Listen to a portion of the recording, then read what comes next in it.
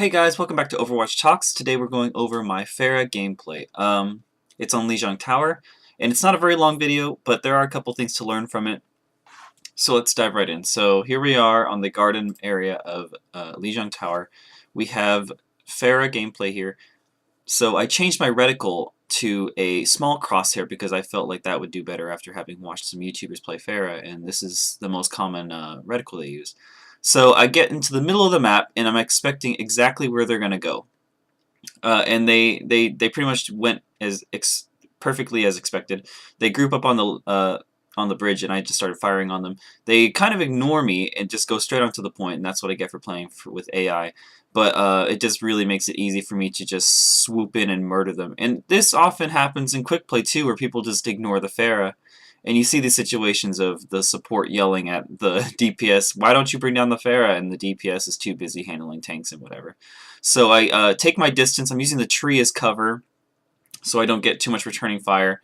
And I'm just kind of focusing on this choke point that they have. I know exactly where they have to come from, and once they all go for it, I just unleash my ult on them from a perfect distance. Not too far, not too close. I should have died there, but for some reason the Mei just couldn't hack it, so I guess freebie there, just a free pass. Thanks to Zarya, I suppose. So I'm gonna again focus on the choke point. I know they have only two pathways to take from their spawn here by the choke point. So before they get there, I'm just raining havoc on them. And I misjudge where the ledge is. I'm just barely missed the judge, as you can see here in the kill cam. Let's see how close I am. Just, it was right there. I touched the edge, but I just slight miscalculation there. So we're gonna have to get back in the fight. Let me see. Oh, I see them on the point now. Our Zenyatta pops his ult, I suppose, to win out that fight. I kind of just walk in, and I'm up in the middle of the building, which I don't really agree with doing. I don't know why I did this.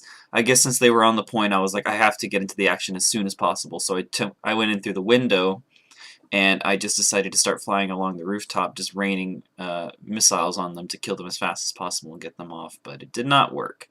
What I should have done is gone around the back flank or the front flank, and I just started. I should have shot inside from the outside, as opposed to just flying 5 feet above their heads. I see the Roadhog, and I have perfect precision. Or accuracy rather. I was really proud of that kill. That's that McCree training involved there. I see that they're trying to group up by their base, so I just get a couple of free missiles on them, and then the game is over.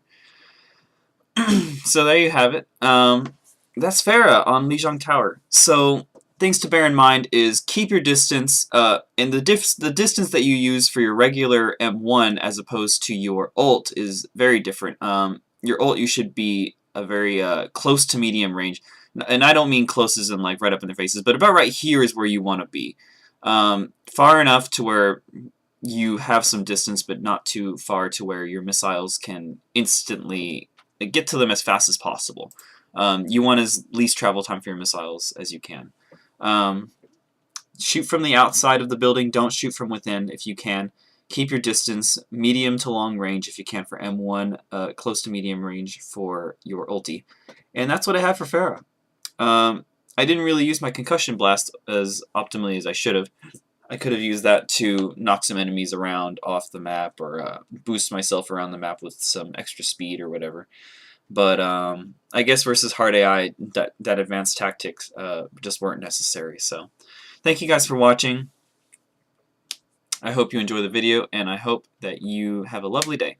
Thank you for watching Overwatch Talks.